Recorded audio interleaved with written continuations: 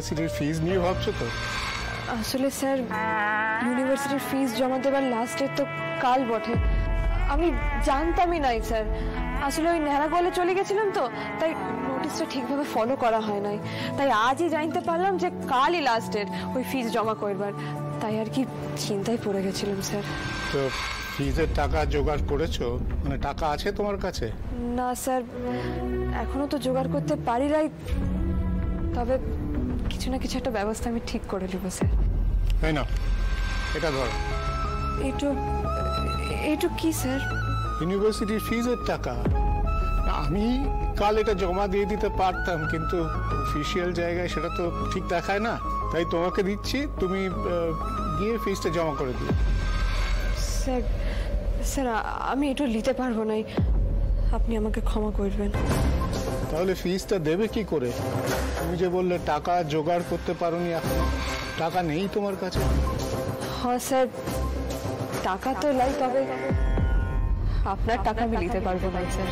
আপনি আমার দিকে অনেক করছেন স্যার, আপনার কোনো দরকার ছিল নাই, তবুও আপনি আমার হয়ে আমার গার্জেনের সঙ্গে ফাইট নিয়েছেন। এই কলকাতা শহরে রেখে পড়াশোনা করাচ্ছেন, মাথার উপর ছাদ দিয়েছেন, পেটে দুবেলা অন্ন দিয়েছেন। কোন শিক্ষক আর ছাত্রছাত্রীর লেগে এত কিছু করে বলুন দেখিনি স্যার?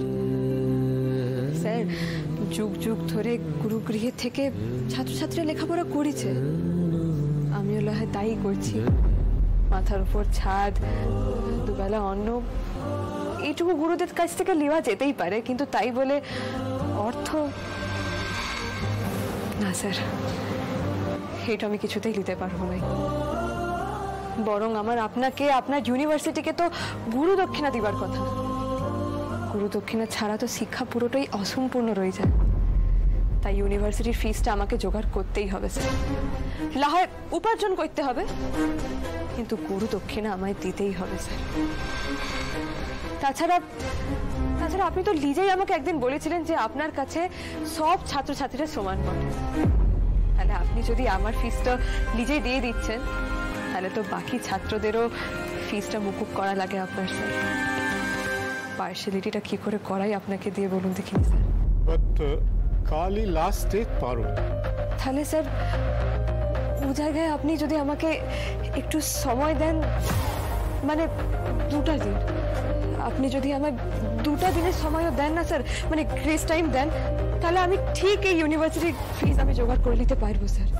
আর তাছাড়া নিডি অথচ মেরিটোরিয়াস স্টুডেন্টসদের জন্য কিছু না কিছু স্পেশাল প্রভিশন তো বলে তো দিলাম ডিন স্যারকে, যে 2 দিনের সময় পেলে আমি ওই ইউনিভার্সিটির ফিসটা জমা করে দেবো, জোগাড়ও করে ফেলতে পারবো। কিন্তু প্রবলেমটা তো রয়েই গেল, কোথা থেকে পাবো আমি এতগুলো টাকা?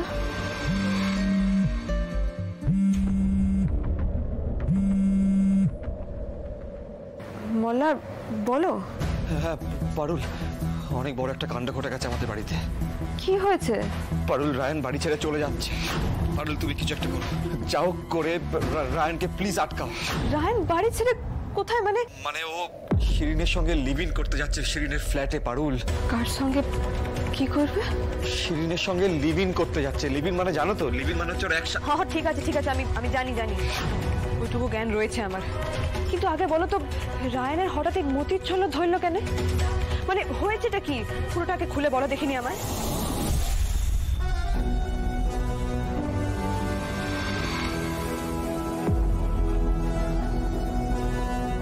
এত কাণ্ড ঘটে গেছে। আমি জানতাম ওই সিরিঙ্গে যখন বসু বাড়িতে ঢুকেছে তখন এমনই কোনো একটা কাণ্ড ঘটে। পারুল, পারলে তুমি পারবে। আচ্ছা আমি দেখছি। তুমি ফোনখানা রাখো, আমি রায়ানকে একবার ফোন করে কথা বলে দেখছি। হ্যাঁ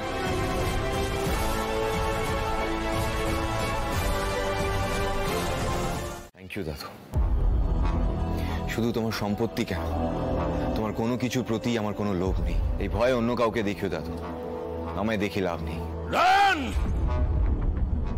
রায়ান রায়ান রায়ান শোন রায়ান শোন আমি বলছি কি, শোন। বাবা প্লিজ, বাবা প্লিজ। এত বছর তো তোমরা কেউ মুখ খোলনি, মুখ বুঝে দিনের পর দিন একটা ফ্যাসিস্ট রাজার খামখেয়ালিপনা সহ্য করে গেছো।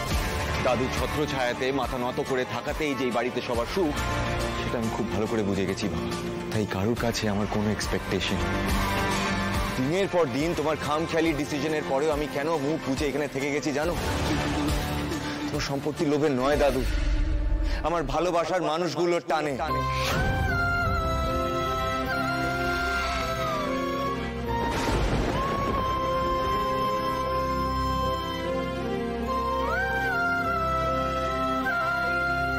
কিন্তু আজ যখন তোমার ভয়ে সবাই চুপ করে আছে, কেউ কিচ্ছু বলছে না, তখন তো আমাকে আমার ভালোটা বেছে নিতেই হবে।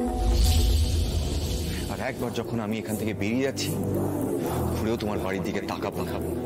থাকো তুমি তোমার সম্পত্তি।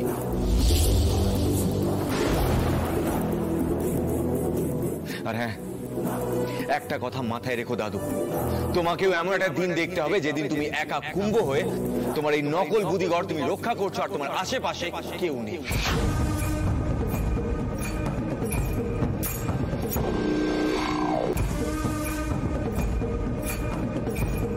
সেই দিন আসতে বেশি দেরি নেই দাদু। চলছি।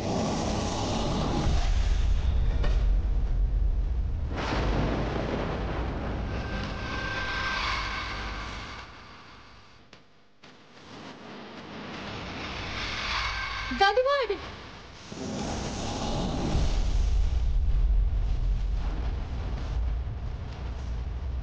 দাঁড়াও।